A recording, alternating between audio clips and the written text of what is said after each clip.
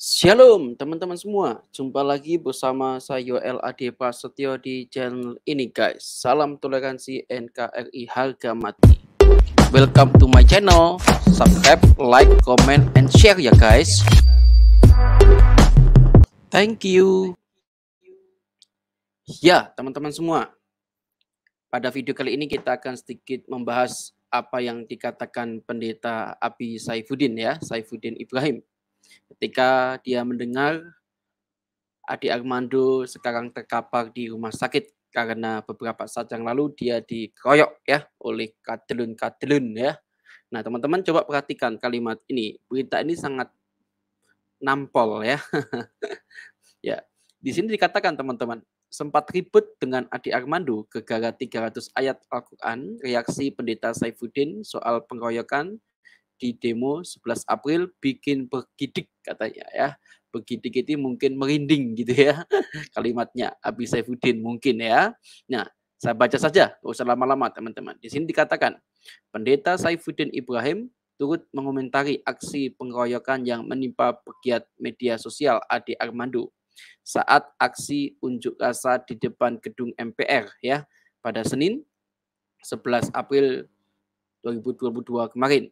Kendati selama ini kerap berselisih paham dengan Ade Armando ya, ini Pendeta Saifuddin yang berselisih paham dengan Ade Armando terkait usulannya menghapus 300 ayat Al-Quran.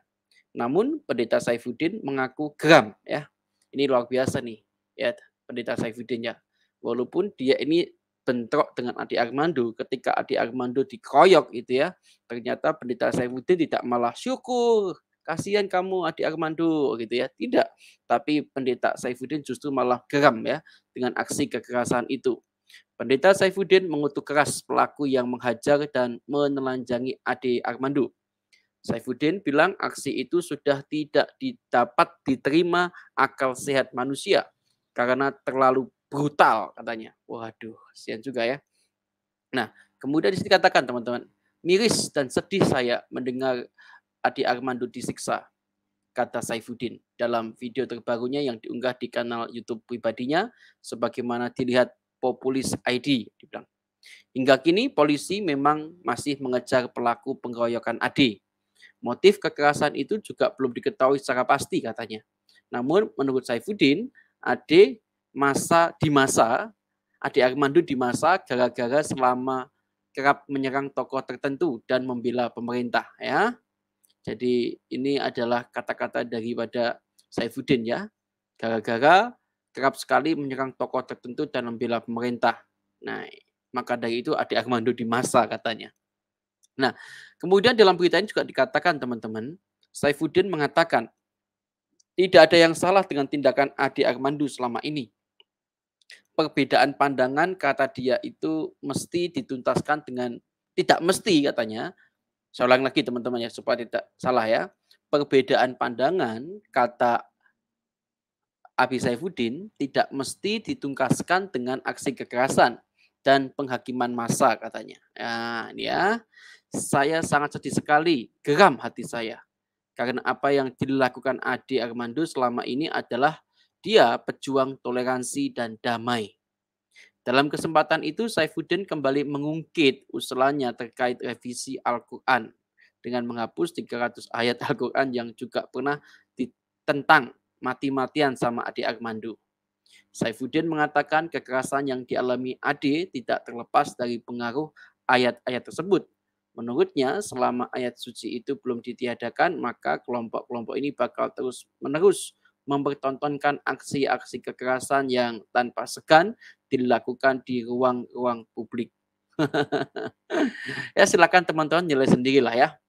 Kadrun ini selama dia baca 300 ayat itu akan selalu memukul orang, menyiksa orang, menghina orang, dan berani mengatakannya walaupun dia salah.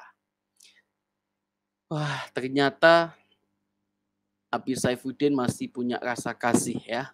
Walaupun beberapa saat ini dia seringkali berbeda pendapat ya dengan Bang Ade Armando, tetapi kalau kita baca dalam berita ini ya, Abi Saifuddin masih sedih ya melihat Ade Armando itu dipukul massa begitu ya.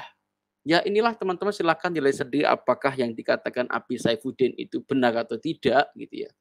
Tapi selebihnya saya mengatakan begini, beda pendapat, beda pandangan itu biasa karena ya kita manusia, masa kita harus sama terus kan begitu ya.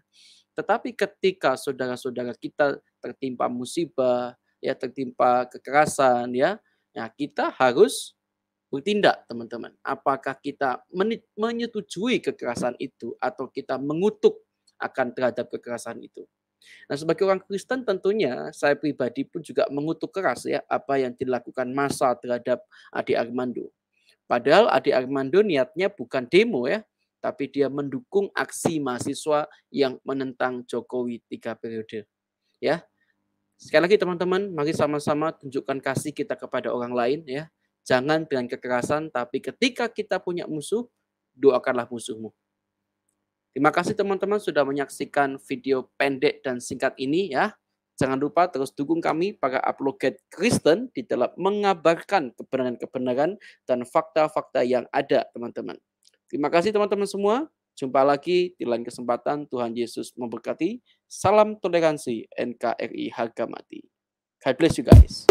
Welcome to my channel. Subscribe, like, comment, and share ya guys. Thank you.